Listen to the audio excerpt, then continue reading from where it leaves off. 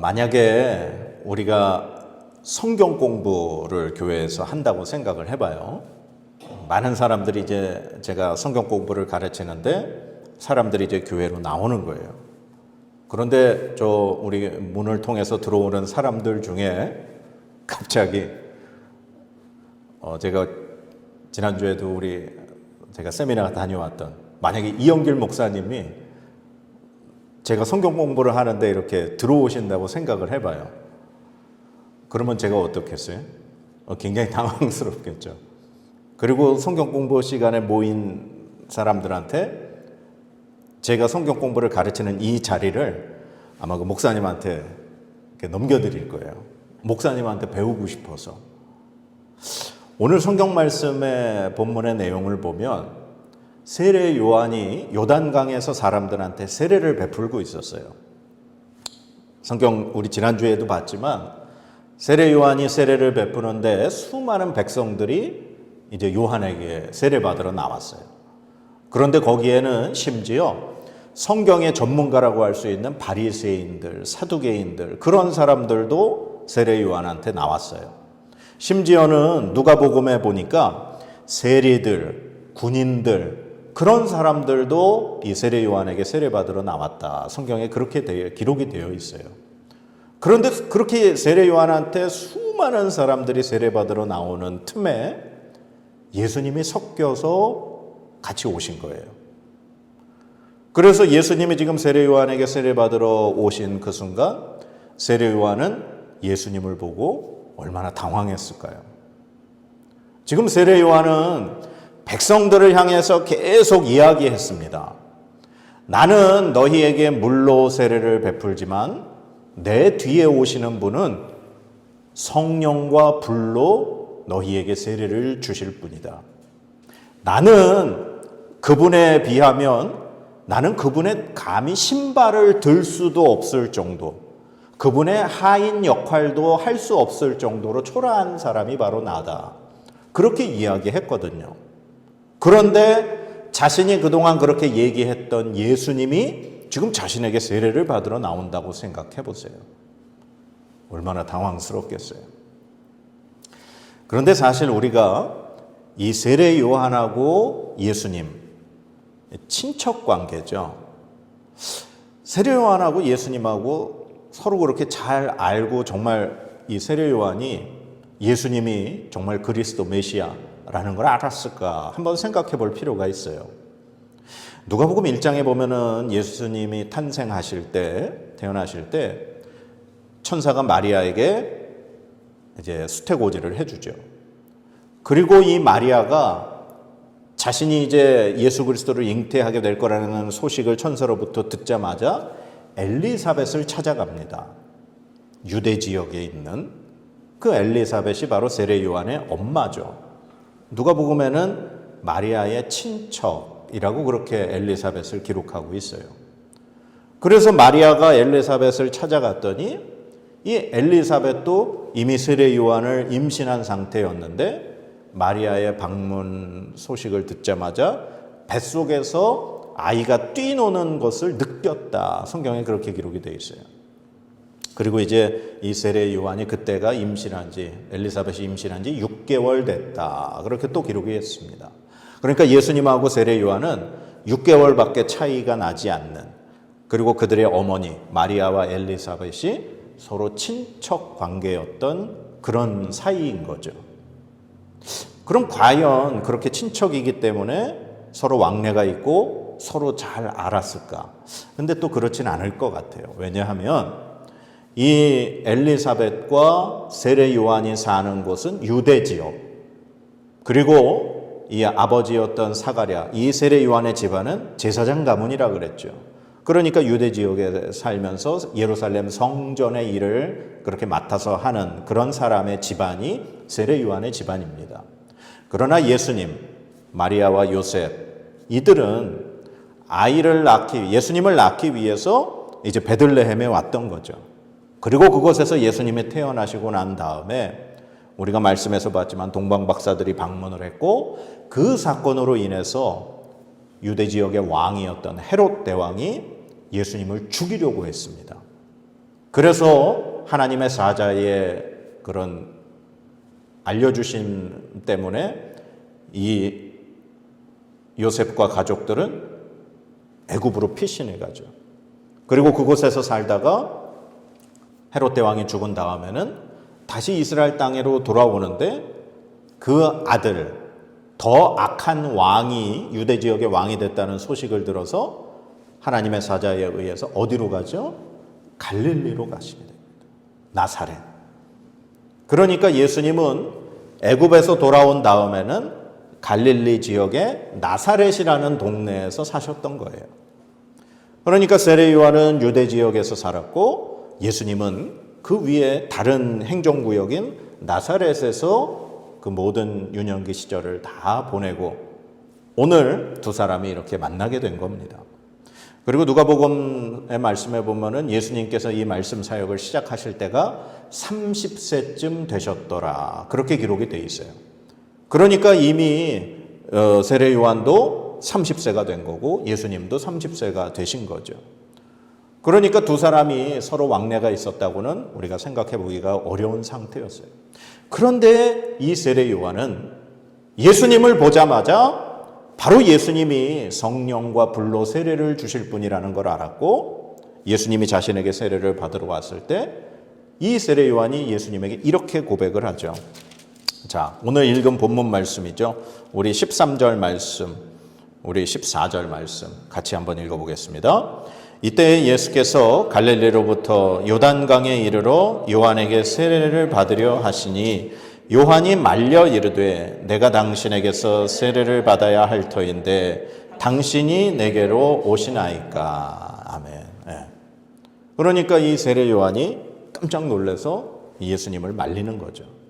그러면 이 세례 요한은 예수님이 그리스도, 메시아, 성령과 불로 세례를 주실 분이라는 걸 또 어떻게 알았을까요? 예수님의 몸에서 막 뭔 빛이 나거나 아니면 예수님의 막 그 우리가 이 성화 그림에 보면은 막 머리에 하얀 이 원에 반짝이는 빛이 나듯이 예수님의 모습에 그런 사람들이 보면 알 수 있는 그런 빛이 났을까요? 그러지는 않았을 것 같아요. 예수님은 그냥 평범한 인간의 모습이셨고 사람들의 눈에 그렇게 보이지 않았을 거예요. 만약에 예수님의 몸에 어떠한 다른 사람들이 보아도 누구나 알아볼 수 있는 그러한 어떠한 징조나 어떤 현상이 일어났다면 유대인들이 예수님을 십자가에 못 박아 죽이지는 않았겠죠. 마찬가지로 세례 요한도 이 예수님을 보면서 똑같은 사람, 그동안 친척이긴 했어도 전혀 서로 살아온 환경이 달랐기 때문에 전혀 알 수 없는 상황이었을 거예요. 그런데 세례 요한은 예수님을 바라보고 내가 당신께 세례를 받아야 할 터인데 어떻게 나에게 세례를 받으러 오십니까? 그렇게 고백을 했어요. 세례 요한은 늘 하나님과 함께하는 사람이었기에 예수님을 알아봤던 겁니다. 이 세례 요한은 하나님으로부터 태어나면서부터 주의 길을 준비해야 될 사람이라는 그러한 사명으로 이 땅에 태어난 사람이었어요. 그리고 세례 요한은 바로 하나님의 말씀의 예언에 따라 광야에서 외치는 자의 소리, 주 예수 그리스도께서 오실 길을 예비하는 자의 소리로 살아야 하는 삶을 이미 그는 하나님으로부터 들었고 그렇게 삶을 살았던 거죠. 그리고 사람들이 세례 요한을 바라봤을 때 저 사람이 정말 하나님의 선지자로구나 라고 알아볼 정도로 그는 광야에서 정말 천국이 가까웠다 회개하라라고 외치면서 그렇게 주님의 길을 예비했던 사람이었습니다. 그렇기 때문에 그는 예수님을 바라본 순간 바로 저가 내가 그동안 준비했던 내가 바로 외쳤던 그 그리스도 그분이시구나라는 것을 알아보게 된 거죠. 그런데 이 세례 요한이 예수님에게 내가 당신에게 세례를 받아야 하는데 어떻게 나에게 세례를 지금 받으러 오십니까? 했을 때 예수님이 세례 요한에게 뭐라고 말씀하십니까? 우리 15절 말씀 우리 같이 한번 읽어보겠습니다. 시작. 예수께서 대답하여 이르시되 이제 허락하라. 우리가 이와 같이 하여 모든 의를 이루는 것이 합당하니라. 아멘. 예수님께서 세례요한에게 말씀하시기를 허락해라. 나에게 세례를 베풀어라. 이와 같이 하여 모든 의를 이루는 것이 합당하니라. 의를 이룬다. 여기에 이제 의라고 하는 이 단어가 헬라어 디카이오스라고 하는 그런 단어인데, 이 단어의 뜻이 공정한, 흠없는, 거룩한, 의로운, 적당한 그런 뜻이에요. 그런데 이 의라는 단어는 사람에게 붙일 수 없습니다. 왜냐하면 사람은 의롭지 못하기 때문에 그래요. 사람은 거룩하지 못하기 때문에. 이 의라는 단어는 오직 누구를 향해서만 쓸 수 있을까요? 하나님. 하나님만이 의로우신 분이기 때문에.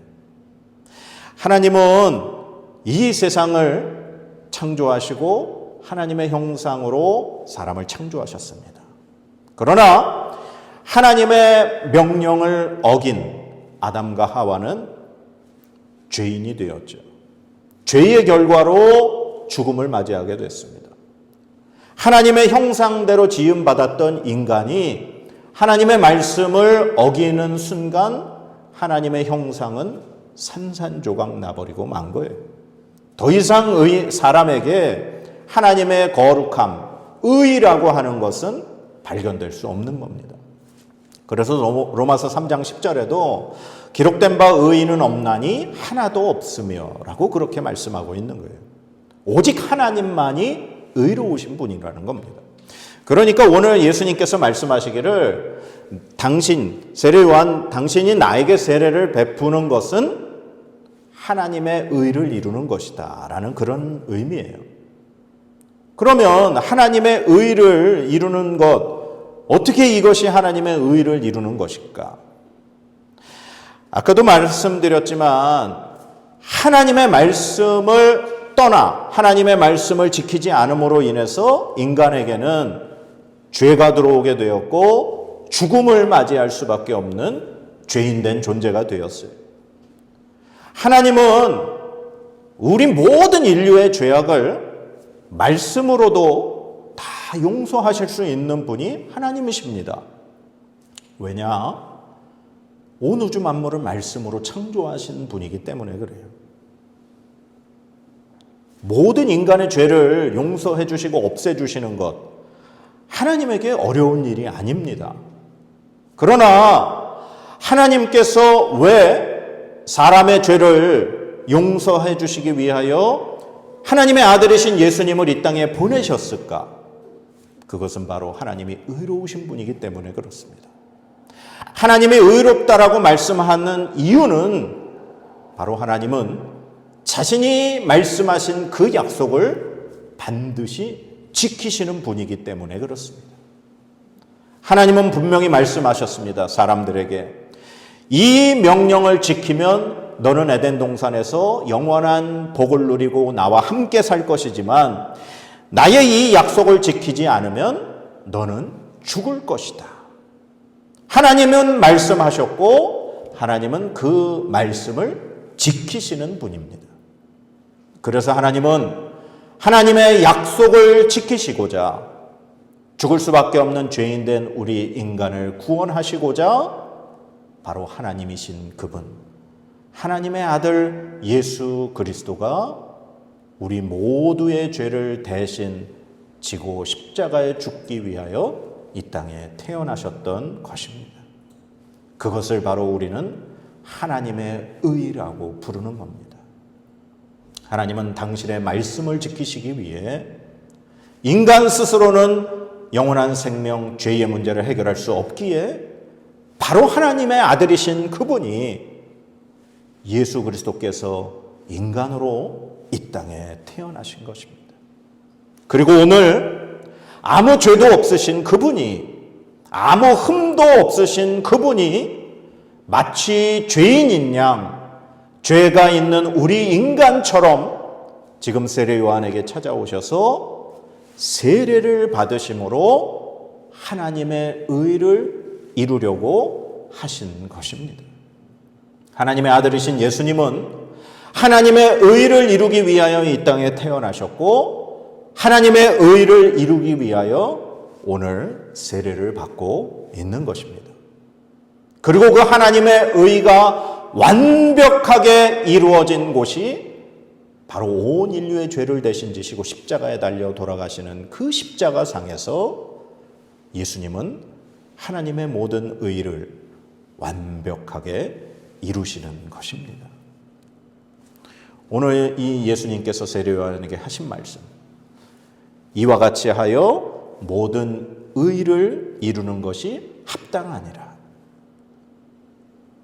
세례요한은 이 예수님의 말씀의 뜻을 바로 이해를 했습니다. 왜냐하면 세례요한은 하나님의 사람이었고 하나님의 뜻에 늘 집중하는 사람이었고 하나님의 말씀에 귀 기울이는 사람이었기 때문입니다. 그래서 결국 세례요한은 예수님에게 세례를 베풀게 되죠.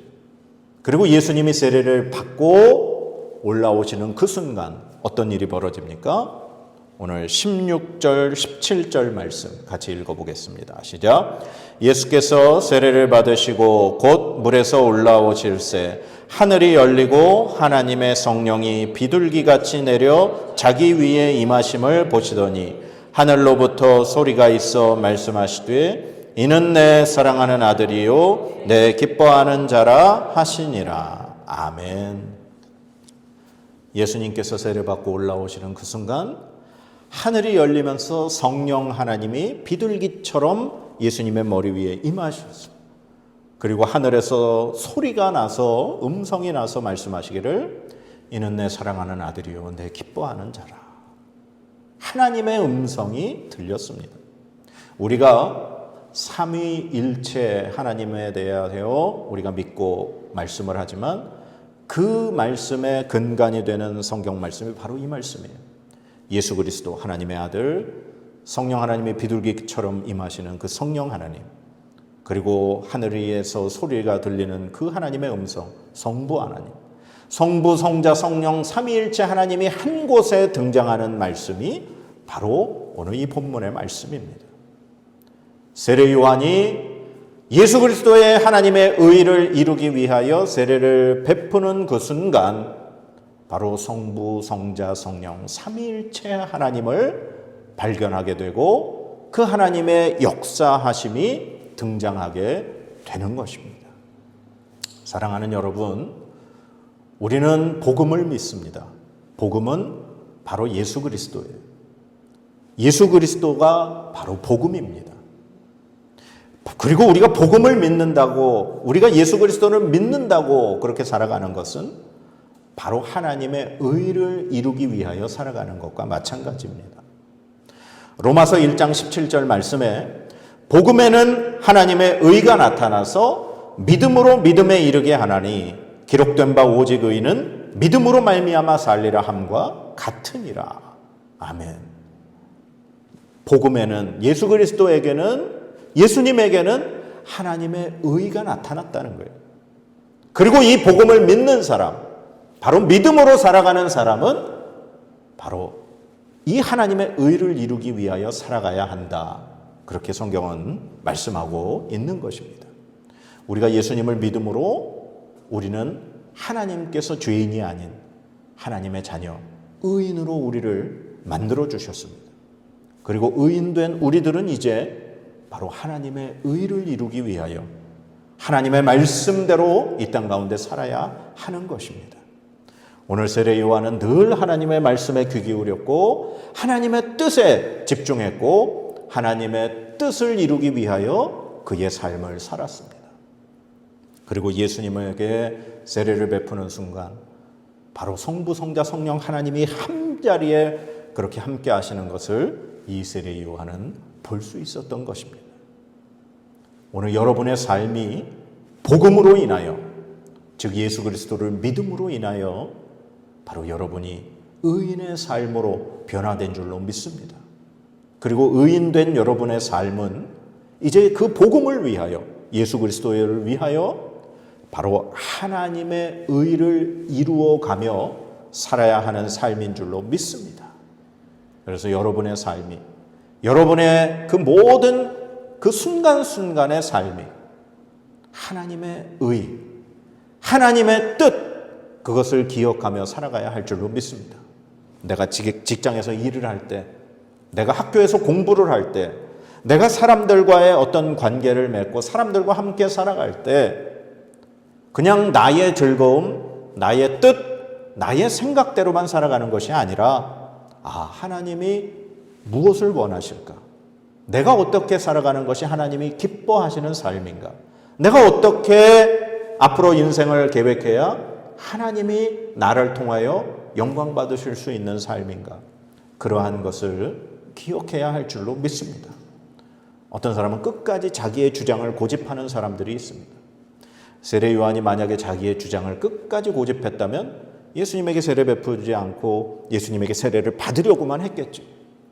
그러나 예수님의 말씀에 모든 의를 이루는 것이 바로 합당한 일이다라는 그 예수님의 말씀에 예수님에게 세례를 베푸는 모습을 봅니다. 여러분의 고집, 여러분의 주장, 하나님의 뜻 앞에서 내려놓으시기 바랍니다. 늘 하나님의 의 기억하면서 바로 하나님의 의인된 자녀의 삶을 살아가시는 저와 여러분의 삶이 되기를 간절히 축복합니다. 하나님의 말씀으로 복을 선포하도록 하겠습니다. 여호와는 내게 복을 주시고 너를 지키시기를 원하며 여호와는 그의 얼굴을 내게 비추사 은혜 베푸시기를 원하며 여호와는 그 얼굴을 내게로 향하여 드사 평강 주시기를 원하노라. 아멘.